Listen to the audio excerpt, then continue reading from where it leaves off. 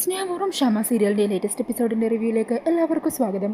അങ്ങനെ വിനയാമ്മ രാധികയുടെ യാത്രയൊക്കെ പറഞ്ഞ് ഹൈദരാബാദിലേക്ക് തിരിച്ചു പോകുവാണ്. അങ്ങനെ രാധിക ഈ സമയം സന്തോഷത്തോടു കൂടി വീട്ടിലേക്ക് പോകുവാണ് കേട്ടോ. പിന്നീട് കാണിക്കുന്നത് കണിമംഗലമാണ്. അങ്ങനെ പരമേശ്വരൻ്റെ അരികിലേക്ക് പ്രിയങ്കയും കൂട്ടിയെത്തുവാണ് പത്മിനി. എന്നിട്ട് പത്മിനി പരമേശ്വരനോട് പറയണേ, അതെ പ്രിയങ്ക മോൾക്കൊരു പരാതിയുണ്ട്. നാളെയാണല്ലോ പ്രിയങ്ക മോളുടെ വീട്ടിലേക്ക് വരനും പ്രിയങ്കയും കൂടി വിരുന്നിന് പോകേണ്ടത്. എന്നാൽ വരന് പോകാനായിട്ട് തീരെ താല്പര്യമില്ലെന്ന്, നാളെ വരുന്നില്ലെന്നും എന്തോ ചില അത്യാവശ്യ കാര്യങ്ങൾ ചെയ്തു തീർക്കാനുണ്ടെന്നും അവൻ പറഞ്ഞത്. ഈ സമയം പ്രിയങ്ക പറയണേ, സത്യം പറഞ്ഞാൽ അതൊന്നുമല്ല വെച്ചാൽ കാരണം വരന് എൻ്റെ കൂടെ എൻ്റെ വീട്ടിൽ വരാൻ തീരെ ഇഷ്ടമില്ല. അതുകൊണ്ടാണ് വരൻ ഇങ്ങനെ ഓരോ ഒഴിവുകഴിവൊക്കെ പറയുന്നത്. അല്ലെങ്കിലും വരന് എൻ്റെ വീട്ടുകാരെ എന്നെ ഒന്നും ഇഷ്ടമില്ലല്ലോ. ഇഷ്ടമില്ലാത്ത എൻ്റെ കൂടെ പിന്നെ എങ്ങനെയാണ് എൻ്റെ വീട്ടിലേക്ക് വരുന്നത്? ഞങ്ങളൊക്കെ പാവങ്ങളല്ലേ. പക്ഷേ എന്നെ കാണാൻ വേണ്ടി കാത്തിരിക്കുമായിരിക്കും അച്ഛനും മുത്തശ്ശിയും അമ്മയൊക്കെ. അവരൊക്കെ നാളെ എന്നെ കാണാതാകുമ്പോൾ വല്ലാതെ വിഷമിക്കില്ലേ? സാരമില്ല, ഞാൻ സഹിച്ചോളാം. ഇതൊക്കെ എൻ്റെ വിധിയാണെന്ന് ഞാൻ കരുതിക്കോളാം. അന്നേരം പരമേശ്വരൻ പറയണേ, മോൾ എന്താ ഇങ്ങനെയൊക്കെ പറയുന്നത്? ഈ ചെറുപ്രായത്തിൽ തന്നെ മോൾ ഇങ്ങനെ വിഷമിക്കല്ലേ? അല്ല അമ്മ ഈ കാര്യങ്ങളൊക്കെ അറിഞ്ഞില്ലേ? അന്നേരം പത്മിനി പറയണേ, അമ്മ അറിഞ്ഞിട്ടുണ്ട്, വരനോട് സംസാരിക്കാമെന്ന് അമ്മ പറഞ്ഞിട്ടുണ്ട്. എന്താണെങ്കിലും അമ്മ സംസാരിക്കട്ടെ, എന്താ അവൻ്റെ തീരുമാനം എന്ന് നമുക്ക് നോക്കാം.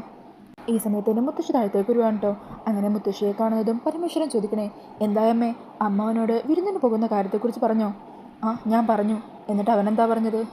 അവൻ പറയുന്നത് നാളെ അവന് മാറ്റിവെക്കാൻ പറ്റാത്ത ചില പരിപാടികളൊക്കെ ഉണ്ടെന്നാ. എന്നിട്ട് അമ്മ അവനെ പോകാൻ നിർബന്ധിച്ചില്ലേ? ഞാൻ പറയാനുള്ളതൊക്കെ പറഞ്ഞു പരമേശ്വര. എന്നിട്ടും അവൻ തീരുമാനം മാറ്റുന്നില്ലെങ്കിൽ എന്ത് ചെയ്യാനാ? പത്മിനി, താൻ പോയി വരനെ വിളിച്ചോണ്ട് വാ, ഞാനൊന്ന് സംസാരിക്കാം അവനോട്. അന്നേരം പ്രിയങ്ക പറയണേ, വേണ്ടച്ച, വെറുതെ വരനോട് വഴക്കുണ്ടാക്കി വരനെ എൻ്റെ കൂടെ പറഞ്ഞേക്കണ്ട. മോള് വിഷമിക്കാതിരിക്കുക, ഞാൻ അവനോടൊന്ന് സംസാരിക്കട്ടെ എന്ന്. അങ്ങനെ പത്മിനി വരനെയും കൂട്ടി താഴത്തേക്ക് വരുവാണ് കേട്ടോ. ഈ സമയം പരമേശ്വരൻ ചോദിക്കണേ, നാളെയല്ലേ പ്രിയങ്ക മോളെയും കൂട്ടി മോളുടെ വീട്ടിലേക്ക് വിരുന്നിന് പോകുന്നത്? നീ എന്താ പോകുന്നില്ലേ? അതൊക്കെ നമ്മുടെ കുടുംബത്തിലുള്ള ഓരോ ആചാരങ്ങളൊക്കെ അല്ലേ, അതൊക്കെ തെറ്റിക്കുന്നത് തീരെ ശരിയല്ല. അന്നേരം വരുൺ പറയുക, എന്താചാരങ്ങൾ? അവർ കുറച്ച് ആൾക്കാർ ഇവിടെ വന്നു, അതുപോലെ ഞാനും ഇവളെയും കൂട്ടി അവിടെ പോകണം, എന്നിട്ട് ഭക്ഷണം കഴിച്ച് പിരിയണം, അത് തന്നെയല്ലേ? അന്നേരം പരമേശ്വരൻ പറയണേ, ആചാരങ്ങൾ എത്ര ചെറുതോ വലുതോ ആയിക്കോട്ടെ, അതൊക്കെ അതനുസരിച്ച് തന്നെ നടക്കട്ടെ. അതൊക്കെയല്ലേ പ്രായമായി ഞങ്ങളെപ്പോലുള്ളവരുടെ സന്തോഷം. ഒന്ന് ആലോചിച്ച് നോക്കുവാണെങ്കിൽ ഏത് ചടങ്ങിന് അർത്ഥമുള്ളത്?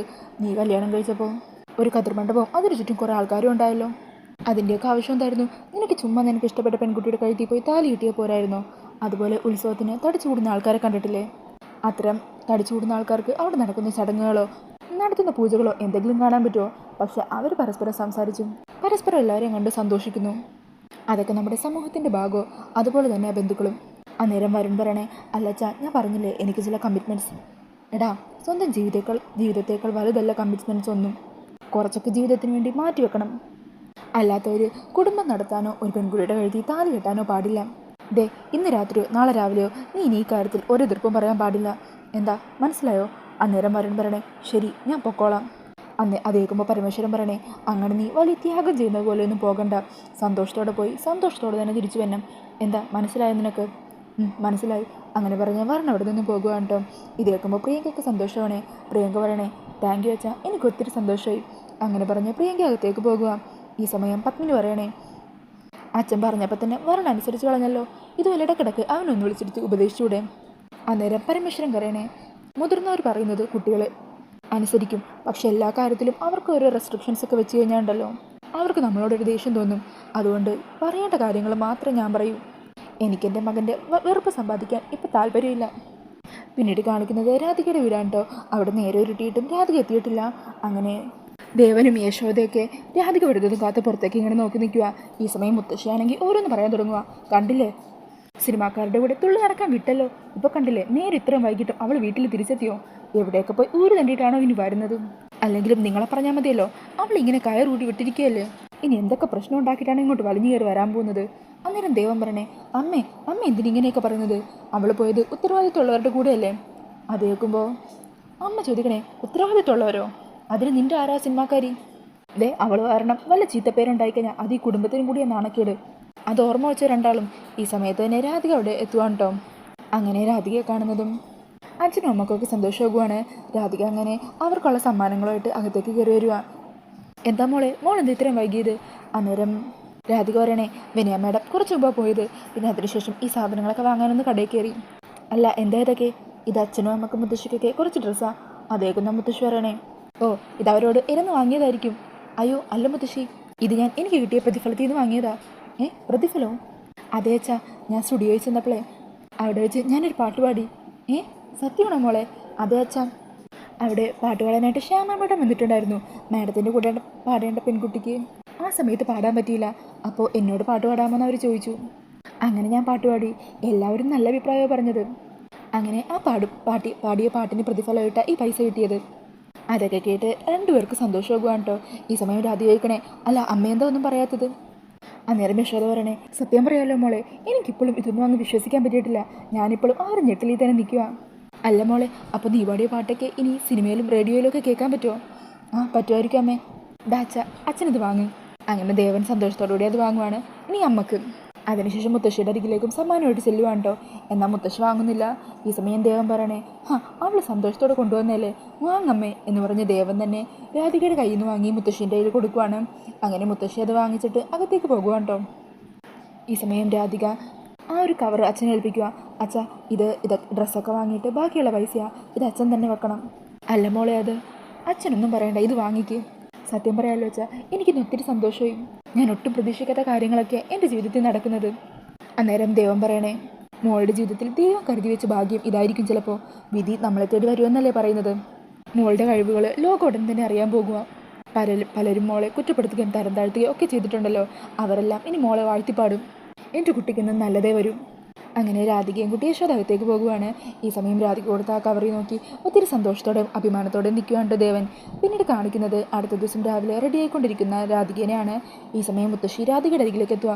എങ്ങോട്ടാണ് ഒരുങ്ങിക്കെട്ടി? അന്നേരം രാധിക പറയണ, അല്ല ഇന്ന് പ്രിയയും ഭർത്താവും കൂടി ഇങ്ങോട്ട് വരുമെന്ന് പറഞ്ഞല്ലോ. അതുകൊണ്ട് ഒരുങ്ങിക്കെട്ടി അവൻ്റെ മുമ്പിലേക്ക് പോകാമെന്നാണോ നീ വിചാരിച്ചത്? എന്താ നിൻ്റെ അമ്മ അവൻ്റെ മുമ്പിലേക്ക് നിന്നെ കൊണ്ടുപോകാമെന്ന് പറഞ്ഞിട്ടുണ്ടോ? എന്നിട്ട് സത്യങ്ങളെല്ലാം വിളിച്ചു പറയാനാണോ തീരുമാനം? എൻ്റെ പ്രിയങ്കമ്മയുടെ ജീവിതം നശിപ്പിക്കാനാണോ നീ ഉദ്ദേശിച്ചിരിക്കുന്നത്?